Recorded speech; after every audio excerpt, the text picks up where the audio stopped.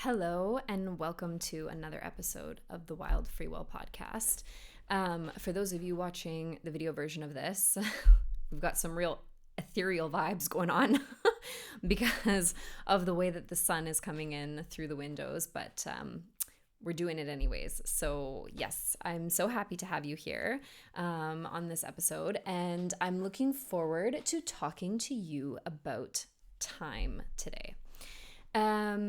Yeah, I've talked about time before on the podcast. There's an episode about making like there's always enough time and making time work for you. And today is a similar theme, but I think it's a little bit different. We are going to be talking about really allowing time to slow down. Okay. And what I mean by that, I think there's two sides of this discussion.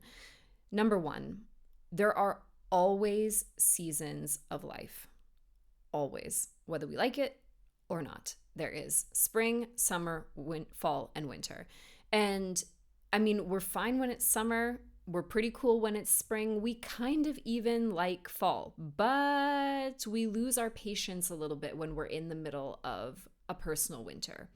And so, sorry, when we're talking about slowing down and allowing time to slow down for us, it has a little bit to do with this discussion of being okay with whatever season of life that we're in, wherever we are. And we don't usually have to be okay with being in spring or summer, sometimes not even fall, but we do have to kind of learn to be okay with being in our own personal winter, the time of our lives where things are almost at a standstill and we don't like it, right? Necessarily. But there is a reason why there are those seasons in nature. There's a reason why we need that period of rest. We need a period to be in the void, to be in the darkness, to, be the seed underground and allow ourselves time to be able to bloom later. So we can never have a conversation about time, I think, without acknowledging the seasons. But I would also say that that's not necessarily the point of the conversation that we're going to have today. What I want to talk to you about, and the other side of this conversation, is our attitude towards time. And I did speak about this on the other episode of the podcast about time. But it's really, for me, it's about purposely slowing down time right now. And that's partly because I feel like I have a lot of things to do. Like in this season of my life, I feel like I'm working on a lot of things, which I have not necessarily shared publicly, but will one day at some point talk about. But it's just what I feel like I'm craving now. And I will say too that this conversation is happening during the beginning of the shift of seasons from summer to fall. And I think that this is a really natural conversation to be having at this time of year because we do tend to move from a very heightened state in the summer. And one of my friends, Kara, actually always talked about how, like, from an Ayurvedic point of view, the summer is very, heat, it's fiery. And when we move into fall, it's like a cooling down of that heat. And sometimes we're not able to meet that energy, or sometimes it can feel like a little bit of a shock. But when we're in this, like, kind of shift, just really like allowing it to be and being okay with like the slowing down. But what I mean by this is like I am craving the slowdown. Does anyone else resonate with that? Like, do you feel like that's true for you? I'm really grateful for the shift in seasons right now because it feels like a personal exhale. Like just it's time for a different energy and a different pace towards things. And also, I am desiring to actively slow down time because of the shift in seasons, but also because of what I feel like I'm working on and the energy and intention that I want to give to those things. So, in order for us to slow down time, one of the things that we really need to focus on is purposefully choosing not to be in a rush. Purposefully choosing not to rush, not to be in a hurry, not to, again, this is echoing themes from the last episode, but not the last episode, the one prior to this one, not the last episode about time, but of not like striving and pushing and forcing things, but moving into a space of slowing down intentionally to be really mindful, present, and receptive to what is happening in the now. This is important all the time. The more that we can do this, I think the better that our lives will be. The more that we can slow down, the better things get for us, to be honest with you, because the more we're present with what's happening in the now, the less we're worrying or future tripping, and the less we're like commiserating about what happened in the past, right? But like the lack of rush also implies that where you are right now is where you are meant to be. This is your true space. You are meant to be in this particular moment, and all of the decisions that you have made up until now have accumulated to bring you to this specific moment. So like that is a huge amount of acceptance and surrender as well. There's a lot that's kind of bottled up into this conversation. But if we can find a way to choose to not rush, we have more presence naturally. We, from that space, have more clarity, and we are able to get direction and understand where it is that we want to go next. So it's really massively powerful. Nothing good comes from being in a rush. Nothing. We cannot rush. And again, let's go back to this discussion of the seasons. We cannot rush the growing of a plant. We cannot rush the end of winter. So we have to really find a way to just be present with whatever is coming up. But what this conversation is meant to do, it's about relishing that moment. It's not just about being okay with it. And it's like, yeah, I hate winter and like this sucks, but like, I'm here, oh well. Like that's fine too. That's fine too. Don't get me wrong. That's fine too.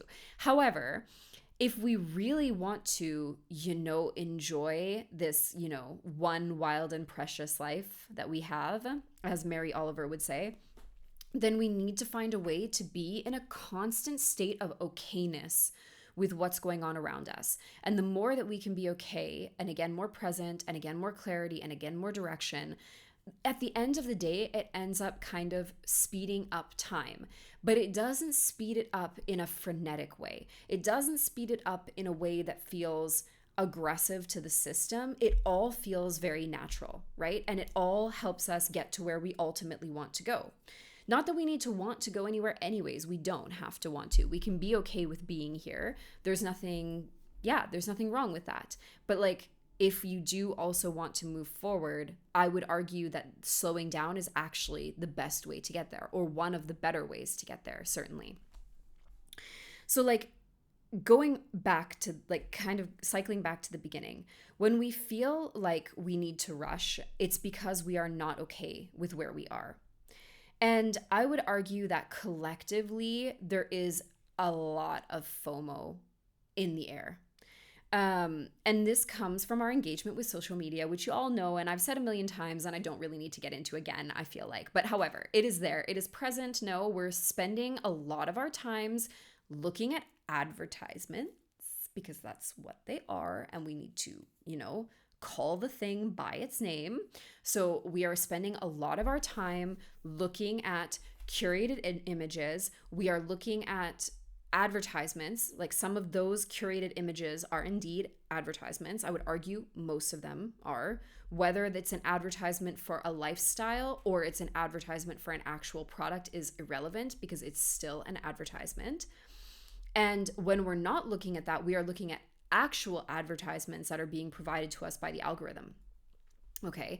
And then even if you're on like a regular website, like you're just, you're looking for a recipe for butter chicken, as I have recently, there's advertisements on that website too. So there's a lot of like stimuli, and there's a lot of things that are coming into our minds and coming into our field. And the reason why this is problematic is because advertising is designed psychologically to make us want things that we don't have. Okay. So if people's lives have become advertising, then it's normal that to a certain degree, we want the lives that are being shown and sold to us. Okay. And what this tends to do is it makes us feel like we need to be farther ahead than where we are. We need to be someplace else. We need to be doing more. We need to be working harder or meditating more or whatever it is that we're being sold to. Everybody's different. We need to have the luxury car. We need to have the dream vacation. We need to have this, that, and the other thing, whatever it might be. But the images and the advertisements that we are being sold to, they tend to make us feel like we are not enough, number one, and that we're not doing enough. And when we feel like we are not doing enough, it tends to create this internal pressure that can sometimes be good, or certainly, actually, I want to take that back. I would not say that the internal pressure is good in and of itself. It is not inherently good. However, it can create an internal pressure that can be used for good because we can use it as fuel to move us towards what we want. But is that the best way to move towards what we want? I would say probably not, in all honesty, because what it is again, it's a sort or a form of striving at the end of the day. We're kind of moving towards something because we think that we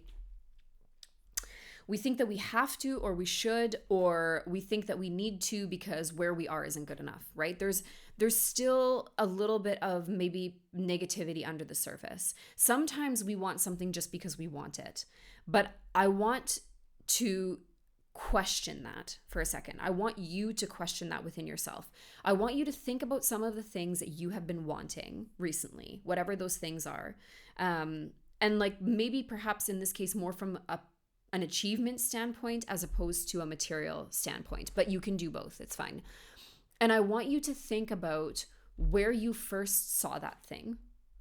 And I want you to think about whether you had that desire before you saw whatever you saw. So like if you're thinking, let's take an example of like a vacation. Okay, you're thinking of taking a vacation to X location. Okay, have you always just inherently desired going to that place? Or did you see an image of it somewhere and then decide like, oh, I'd like to go there too? There's nothing wrong with that. There's nothing wrong with being inspired. I don't want to be misunderstood here, okay? From that space though, what is the prevalent emotion? So you think about this vacation and you feel what? It's really important that we ask ourselves these questions and that we kind of like literally investigate into our own thought process, into our own like kind of how did we get here? Like literally what were the steps from wanting this thing, like seeing this thing to wanting it? And what does the wanting it make me feel? Because if it makes me feel like I can never have it, or that's never going to be my life, that's probably long-term causing a little bit of damage. And if it's causing you to think things like, I need to be doing more. I need to be working harder. I need to be, I need to be farther ahead than where I am right now. Like I should be doing so much more. I should be so much farther ahead. I've done X, Y, Z, or I have this degree, or I've worked this job, or I have this experience, or, I've dated so many people, or I've been running for so long, or whatever it is that you're working towards, right? Because when we're having these conversations on the podcast, we are having them in a very open, kind of generic way. We're not talking specifically about your thing because I can't speak to the thing of, however many people are watching this. So you need to insert your thing and then take yourself through this process, which you are capable of doing. And I encourage you to do. Pause the episode, go and have that conversation with yourself and then come back. But it's important to understand like where the want came from, where the desire came from, if it's a genuine desire and what that desire is making us feel. I will be really like honest, if it's a genuine desire, it's going to make you feel pretty good. Okay. In general, it should be making you feel pretty good. That does not mean that the other desires are not also genuine. You may need to reframe the conversation that you're having around those desires in order to make them a little bit more positive. Okay. In order to have them be something that fuels you and not something that weighs on you necessarily. Okay. So the point of this episode is like slowing down time by accepting where we are and learning to be here, because here is the right place. This is where you are meant to be. And that can be one hell of a pill if where you are is not somewhere you want to be.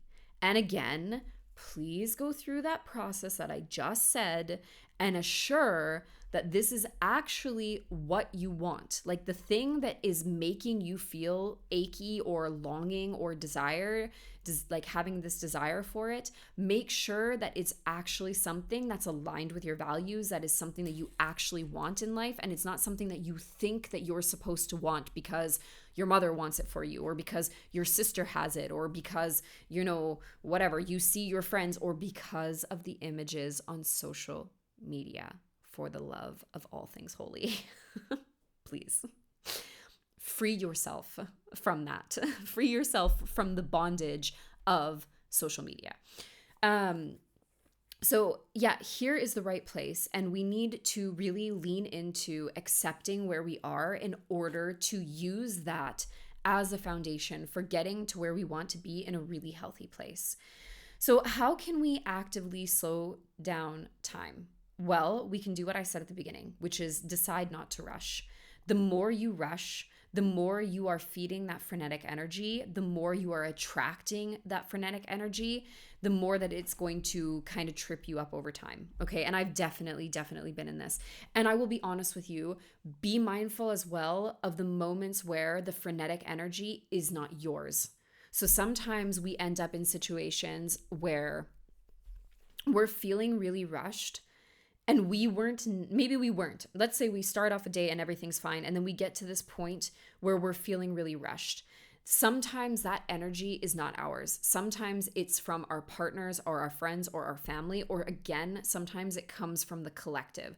So sometimes you may find that if you go onto social media, and I am not going to stop talking about it. I'm sorry. If you don't like it, then it's been nice having you, but this is an important conversation that I think we all need to be mindful of, especially, I will argue, for our children. Like we need to be having these conversations now with ourselves and our friends and our family so that we can make educated decisions about future generations that we are not potentially currently making. But anyways,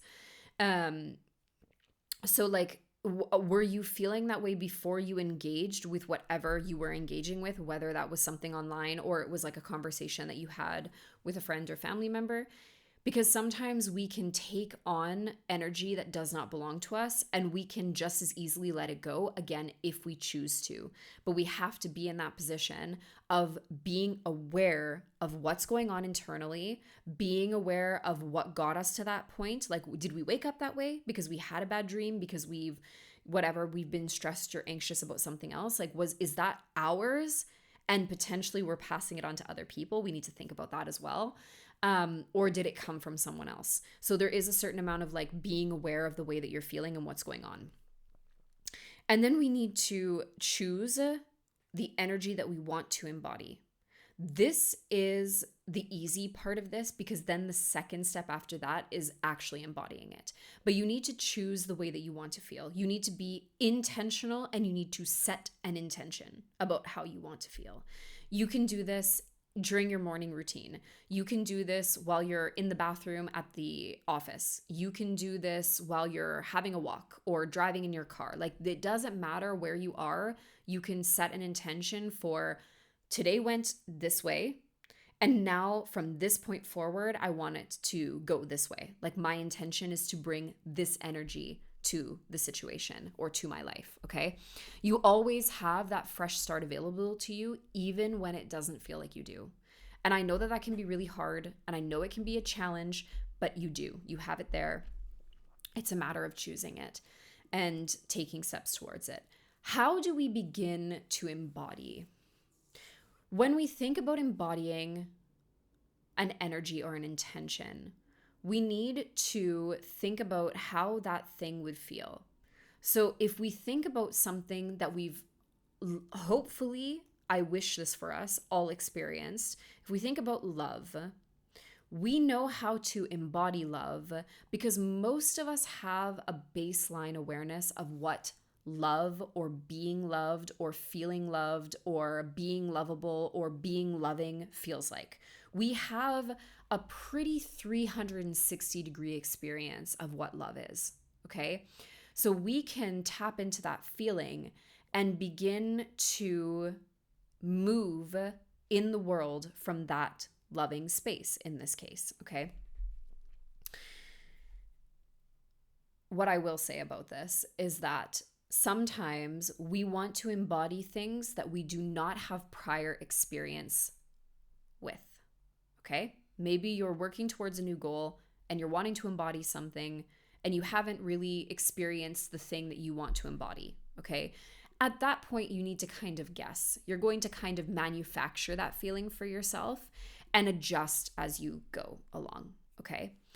If we go back to the main point of this podcast, which is about slowing down time, how do you think you could slow down time in your life? What feelings could you embody that would help you slow time down? Think on that for a second. What came to mind for you? What was the first kind of knee-jerk reaction? Some examples would be things like peacefulness, calm, serenity, okay? Patience. Yikes. Something that we probably don't really want to embody, but we would all do well to embody, especially in this current climate that we find ourselves in. We do need to have a little bit more patience. But those are some things that if we can set the intention to be patient with ourselves, patient with our partners, family friends, coworkers, whatever, bosses. If we can set an intention to be calm, if we can set an intention to breathe deeply, okay? And if we can actually do those things, like if we can then actually breathe deeply, all of a sudden we are in that embodiment of slowing time down. We are living that reality.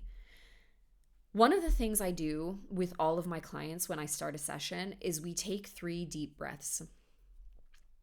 Why? Because you would be surprised how often in the span of a regular day we are not breathing or we're holding our breath. It is actually mind-boggling because that is a stress response, right? When we are stressed, we begin to hold our breath. We tend to breathe in through our mouths instead of through our nose, which also can be triggering. And it just kind of perpetuates. And so the first thing that we can do to bring ourselves back into the present and back into our human vessel, right, into our bodies, is just taking a deep breath. And if we were all to collectively do this at regular intervals throughout the day, our days would be so very different. So very different. And just to throw a little tantra in here, because why not? Just to throw a little tantra in here. If you have a partner, breathing together while hugging is insane. It just really helps you regulate because the hug in and of itself, like holding on to somebody and hugging somebody, is regulating in and of itself. And breathing deeply together and like matching your in-breath and out-breath with the person is just so intimate And it is so relaxing, so grounding, like deeply, deeply, deeply grounding. So bonus points if you feel like taking a deep breath that way in the middle of a hug with your partner or whoever. So that's one way to slow down time. Another way I think to slow down time is to look for things to be grateful for. Uh, okay. Um, I don't know how long you've been in my universe for, but y'all know that I just don't have a great relationship with gratitude. Don't like it. Not that I don't like it. I mean, obviously, it's super important, but I think that we need to be really mindful of the ways that we use gratitude because gratitude can be a prison that keeps us trapped, which is it's a conversation for another episode. I promise I can get deeper into that and explain exactly what I mean, but there can be a negative side to gratitude and it can in some ways keep us stuck. So we do, and I will now actually, you know what, look, while we're all here, I'm going to write that down. Okay. And that's another episode. So the note has been taken. We're good.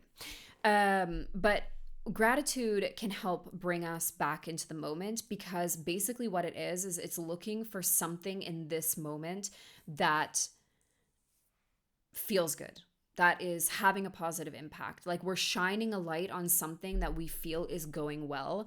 And we are so quick as a collective, as a global community of humans to point out what is going wrong. So quick. And so taking a second, again, the deep breaths and so on, and then taking a second to be grateful for something, and like let that something be easy, okay?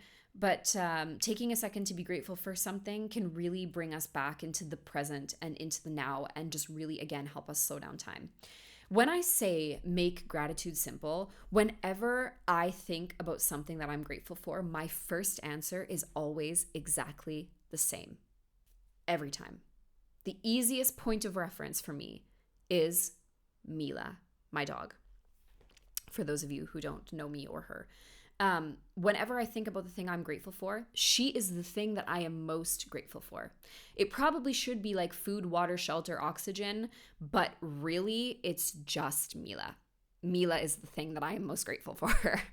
And when I think about that, it's like when I think about how grateful I am for her, aka how much I love her, it just makes everything in my world so much better. So much better. Because like thinking about that and like it's like you tap into this whole other energy and then you can bring that energy to the things that you're doing next, right? And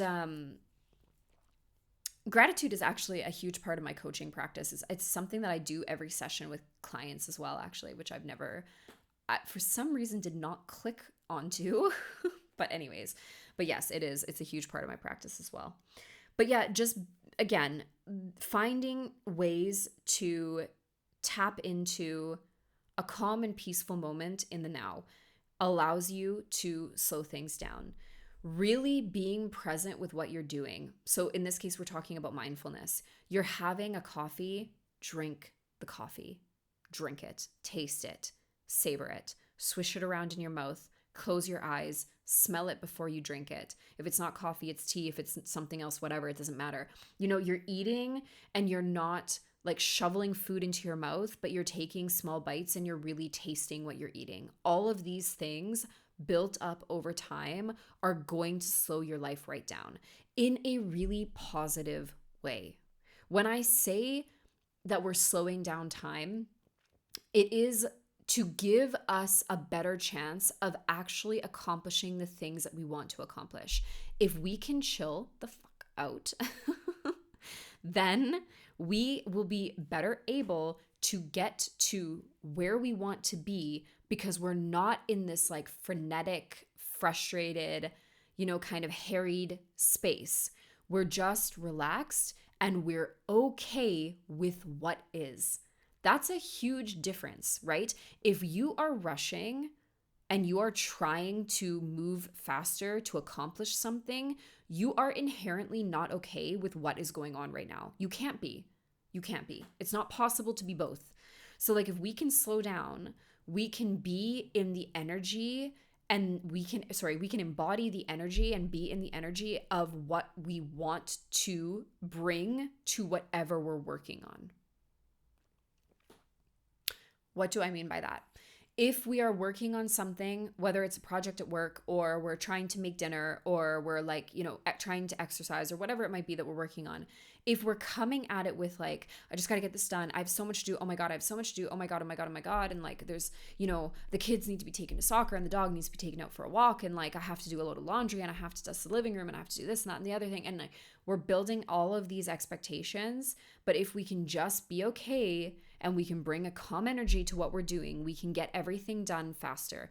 I have this conversation with my partner on a weekly basis. I literally tell him all the time, faster is not better.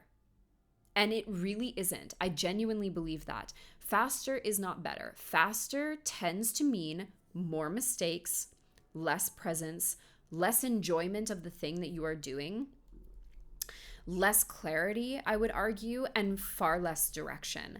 Because the only thing that you know when you're trying to move faster is the destination of where you're going. You are ignoring all of the stepping stones along the way to where it is that you want to be because you're so focused on the destination. And what's going to end up happening is even if you do get to the destination, and I would argue that you will potentially and not necessarily in the energetic, emotional, or mental state that you want to, but even if you do get to the destination, there's going to be a little bit of this kind of like, when you get there. There's going to be a bit of a question mark of like, one, how the hell did I get here? Because you moved so fast that you weren't really paying attention to what you were doing. And two, like, is that it? Because see, you rushed past the markers and the milestones along the way to just get to this end goal that is completely and totally arbitrary.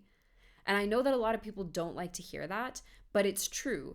Our goals are important to us, but we need to understand why they're important to us. We can't just move arbitrarily towards them, because when we get there, we're going to be like, well, what was it that I was hoping to get from this? We need to be clear about that first. We need to be clear about what we're hoping to get from the thing before we get the thing, if that makes sense. So, slowing down time. Mindfulness. You've heard all of this before. I am not reinventing the wheel. Mindfulness, intention, okay, being really clear on how you want to feel, embodiment, embodying that feeling. So whatever intention it is that you've set, then you're really moving in a way that allows that intention to come to life, okay? And just acceptance and surrender and faith that things are all working out. All of this sounds easier said than done, and I get that. I really, really, really, really get it. Like, I genuinely get it. But that is the secret. Like, if we can do that, then we are going to have so much more time and energy to do the things that we actually want to do. And we're going to do them in a way that allows us to enjoy the doing of the thing, and not just the final destination, which I would argue we will not enjoy unless we learn to slow down time along the way. Okay, I'm going to leave you here. It has been delightful spending this time together with you, and I hope you found this useful. If you'd like to learn more about me or my podcast or what it would be like to work with me, you know where to find me. And if you have any, comments, critiques, questions, or concerns, please feel free to send them over. If you liked this episode, then it would mean the world to me if you would share it or rate or subscribe or follow or all of that good stuff, like whatever it is that floats your boat, really, at the end of the day. But it would mean the world to me because feeling like I am positively impacting people, and God, I really hope I am. It just is, that's it. That's the whole point of this. So besides the joy of being here on its own, like I find this joyful. Having these conversations it's my jam. So yeah, but if it resonates with you, if it lands, if it has had an impact on you and you would feel up for sharing that with me, it would mean so much to me. Otherwise, I am grateful for you. I am grateful for Mila. Always. And I will see you on the next episode of the podcast. Bye.